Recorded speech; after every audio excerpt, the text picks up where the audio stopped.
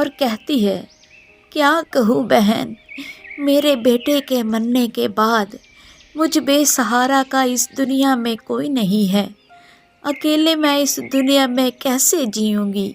میرے پاس کھانے کے لیے پیسے بھی نہیں ہیں، اور میں کس کے سہارے زندہ رہوں گی اور کس سے پیسے مانگوں گی؟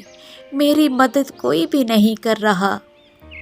سلمیٰ کی باتیں سننے کے بعد وہ عورت سلمیٰ سے کہتی ہے، بہن، ایسی ہمت ہارنے سے کچھ نہیں ہوگا۔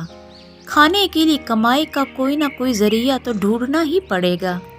آج تو کھانے پینے کی اتنی ساری چیزیں آ گئی ہیں اور انہیں بنانا بھی آسان ہو گیا ہے۔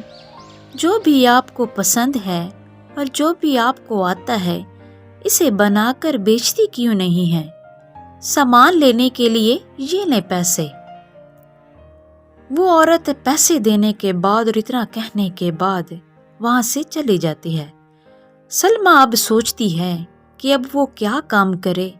اچانک اسے پیزا کا خیال آتا ہے اور وہ بولتی ہے، کیوں نہ میں پیزا بنا کر بیچوں، اس سے کچھ پیسے بھی گھر میں آ جائیں گے۔ سلمیٰ کے پاس کچھ رقم بھی آ گئی تھی اور اس کے پاس اپنے زیور بھی پڑے ہوتے ہیں۔ سلمیٰ اسے بیچ کر اور ان پیسوں کو ملا کر اپنے گھر کے آگے ایک چھوٹا سا پیزا کا ٹھیلا کھول لیتی ہے اور پیزا بنا کر بیچنے لگتی ہے۔ آہستہ آہستہ اس کا بنا ہوا پیزا پورے گاؤں میں مشہور ہو جاتا ہے اور سلمیٰ اب ایک بڑی دکان کھول لیتی ہے۔ آہستہ آہستہ اس کی دکان بھی بہت اچھی چلنے لگتی ہے اور وہ امیر ہو جاتی ہے۔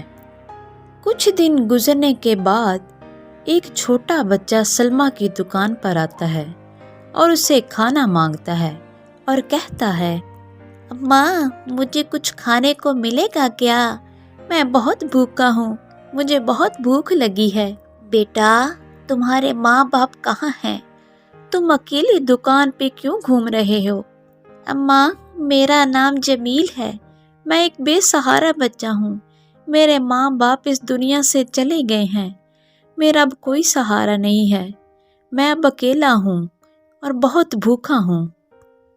اس بچے کی یہ بات سن کر سلمیٰ اس کے پاس آتی ہے اور کہتی ہے، ہاں ہاں، ضرور کھانے کو ملے گا، تم جو کھانا چاہو گے وہ کھا سکتے ہو، تم فکر مت کر، آج سے تمہارا خیال میں رکھوں گی، میں ہوں نا تمہاری اماں۔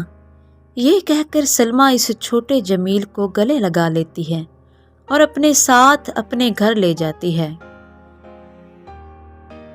سلمیٰ کو اس بچے میں اپنا بیٹا جمیل نظر آتا ہے اور وہ اس کا خیال بہت اچھی طرح رکھتی ہے۔